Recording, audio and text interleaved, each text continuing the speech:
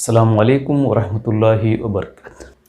प्यारे बच्चों, हमने ये बात मालूम की कि जब हमारे पास कुछ भी नहीं होता तो हम उसको सिफर से जाहिर करते।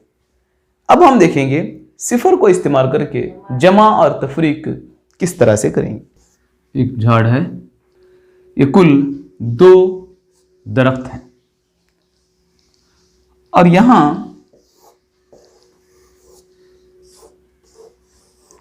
कोई दरख्त नहीं है तो हम उसको सिफर लिखेंगे।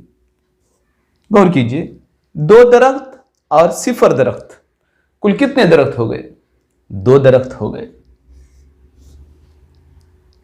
यहां आप मजीद देखिए, प्लेट है, दूसरा प्लेट है, इसमें 3 लड्डू हैं, इसमें कोई लड्डू नहीं। हम जानते हैं जब कुछ नहीं होता है तो हम लिखते हैं सिफर। 3 और सिफर कितने हो गए? 3। अब हम सिफर के साथ तफरीक करना सीखेंगे। साबिर के पास 2 बिस्किट थे,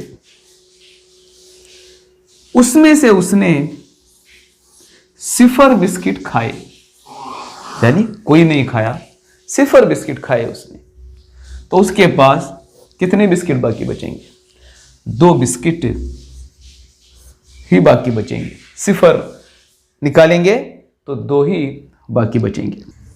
एक थैले में 3 आम रखे गए, 3 आम रखे गए हैं, उसमें से सिफर आम बाहर निकाल लिए, यानी कोई भी आम बाहर नहीं निकाला गया, तो थैले में कितने आम बाकी बचेंगे?